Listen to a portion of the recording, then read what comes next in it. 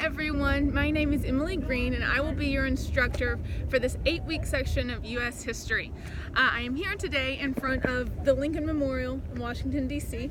and behind me you've got the Washington Monument and the Capitol building back there. I wanted to use this spot to go over some of the expectations and some of the course assignments in this course. So for this course, you have a total of 1,000 points, and then you have some extra credit that you can also do located in Blackboard. I suggest that you do that. It's really quick, just a couple of quizzes. So for your assignments, again, they make up 1,000 points, and you've got weekly discussions, weekly quizzes, 2 exams, a midterm and a final, 2 journals, and an essay. So for your quizzes and your exams, I'm going to touch on those first. You will have to register for something called BioSig, and you'll have to do a BioSig verification in order to get access to each of your weekly quizzes and your 2 exams. For your exams and your quizzes, I also want to make sure that you know that you cannot take them, save them, and come back to them later. They must be submitted in one sitting, so make sure that you take the time to do that.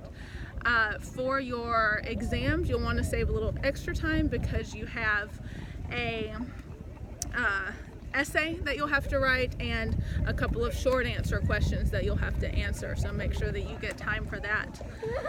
For your journals and for your essay, you have a lot of requirements that you'll need to read to make sure that you meet, specifically to do with sources, with topics, and with word count. You have a word minimum for all of your journal entries and your essay. Make sure you reach that.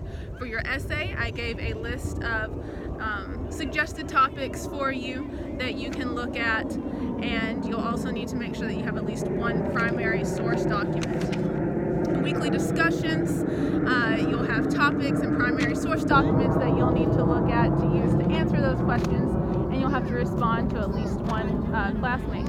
In your response, make sure it's not just simply I agree or disagree. Make sure to push a little bit deeper. As for grading, all of your assignments are going to be submitted through Blackboard. Make sure that you read all the requirements on file types. If you have any problems, email me. And most importantly, I want to touch on plagiarism. Do not plagiarize. Make sure that everything is in your own words. If it's not, I'm going to immediately issue a 0 and stop grading the rest of it. Plagiarism will get you if you do it. I may not catch it every time, but I promise you I will catch it, and there'll be some consequences with grading, and it'll also hurt your standing in the course along with your standing at CTC. So make sure that you read up on plagiarism. I'll post some links to it. You can also look at plagiarism.org, because plagiarism isn't just straight copy and paste. It's switching out words, basic idea, stuff like that. But make sure everything is all for you, or all your words.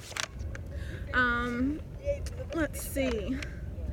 I think that's everything. It was a really quick intro, quick overview, so I'll kind of go along and give you a little tour of what we've got here. So behind me we have the Lincoln Memorial. You can see where I am up on the steps, they're brown, and then a little bit further up they turn white. Where those steps turn from brown to white is where Martin Luther King Jr. gave his I Have a Dream speech, and so that signifies that, and there's a little marker to show where he stood and where he gave that. And of course, behind me with the reflecting pool and the monument is the area that was covered with people to listen to his speech during the Civil Rights Movement. I'll let you guys take that in, and we'll come up here and you can see from his area where he stood and where he spoke, along with Lincoln's statue. So we'll walk over here, and then down below here at this block where these people behind me are standing is where Martin Luther King stood and gave his I Have a Dream speech. And then a little bit further up on the marble steps, we have the room that Lincoln is in. And we'll turn around, and behind me you can see Lincoln and how tall he is, how the height of people doesn't even get to where his body begins. So it's a very, very nice monument, and then from the tops you'll be able to see the reflecting pool with the Washington Monument reflecting there and the Capitol building behind it.